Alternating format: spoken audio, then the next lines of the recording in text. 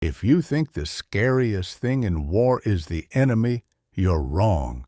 The scariest thing is not knowing who the enemy is or who you can trust. I didn't realize that on day one, but a few hours later, I learned the hardest lesson of my life. After I got assigned to my new position, I settled in pretty fast and almost immediately met a guy who became my buddy. He was younger than me, but he'd already been through real combat. His name was Alexei, what Americans would call an enlisted soldier on active duty. He had spent 3 years fighting in the Donbass region in eastern Ukraine. He always talked about how beautiful it was there, evergreen forests, quiet, rolling hills, except those hills weren't natural. They were massive piles of coal waste. Locals call them terraconi. He said people in that region were kind, warm, nothing like the rumors we'd heard before. Later, I learned he was right. But that came much later. For now, Alexei was helping me get used to the position and mentally prepare for whatever was coming. We didn't know when the fighting would start, but the artillery was getting louder. Each explosion sounded closer, like it was announcing that hell was on the way. I was nervous, really nervous. We didn't have helmets, no body armor, nothing. I told Alexei that. He just smiled and said, "Relax, we'll pick it up in battle." I looked him in the eyes and saw fear and hope that he was joking, and thankfully he was. He had friends on the way with gear for us, but the way he whispered one thing made my stomach drop. "Let's just hope they make it." We waited. Felt like 8 hours, but it was only 1. Then we got a call. They made it through the first checkpoint and only had one left. 30 minutes, tops. I started to breathe easier. The enemy was getting closer, but the thought that gear was almost here gave me hope. But 40 minutes passed, then 50. No calls. Then a radio message came in. An enemy sabotage group had been eliminated at the checkpoint. Everyone cheered. Morale shot through the roof. But Alexei just lowered his head. I saw the despair in his eyes before he covered his face. "What happened?" I asked. He shook his head, stayed silent, then finally said, "They were ours, my friends." I had no words. His friends were coming to help us, and they were mistaken for the enemy. He sat there quietly, then suddenly stood up, inhaled sharply through the cold air, and said, "That's war," and walked off. I stayed still. I wanted to say something to him, but nothing came, and I realized now we had no gear, no protection, and we could easily end up the same way. After a while, Alexei came back. His face looked angry, but also weirdly determined. "Let's move," he said. He opened the map on his phone, showed where we were, where the enemy was heading, and explained that based on their tactics, they wouldn't come straight at us. They'd send a small recon team through a trail he knew well. I didn't understand what he was planning. He noticed it. "I told you, we'll get our gear in battle," he said calmly, like we were going grocery shopping. I thought he was joking again. Then he turned and said, in a tone that left no room for questions, "Follow me." Our commander couldn't understand why Alexei chose me. There were stronger, more experienced guys around.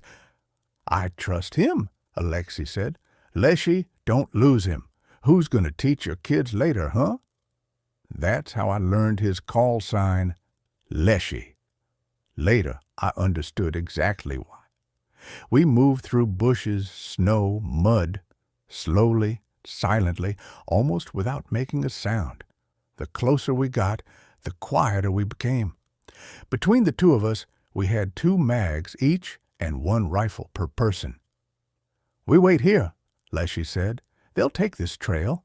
I can feel it." We waited an hour.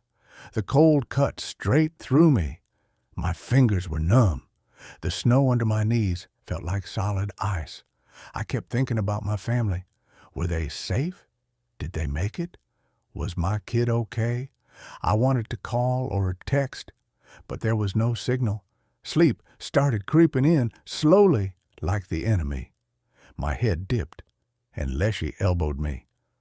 You serious? Fall asleep in this cold and you won't wake up. Didn't they teach you that? I tried to answer, but he covered my mouth with his hand. Shh! Don't shoot! I froze. He heard something I didn't. Russians were approaching. They spoke quietly but confidently. Leshy leaned to me. Stay here. Don't peek. And he walked straight toward them.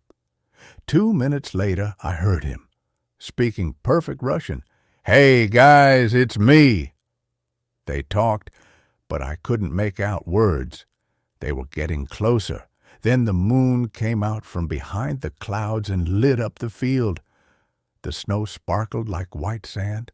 I saw 3 figures, Leshy and 2 Russians, walking side by side like old friends. When they got close enough, Leshy raised his finger and slid it across his throat. I understood, but fear locked my body.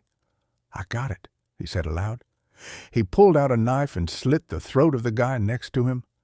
The second one turned his head, and I panicked and opened fire.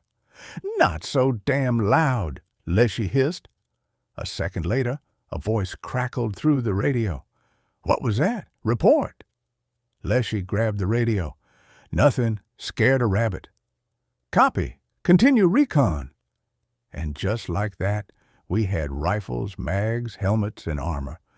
I almost felt relieved, but Leshy said, This crap is made from tire rubber. It won't save us, but it's better than nothing. But the rest of our guys still had nothing. While my hands were shaking and my ears were ringing, Leshy came up with a new plan.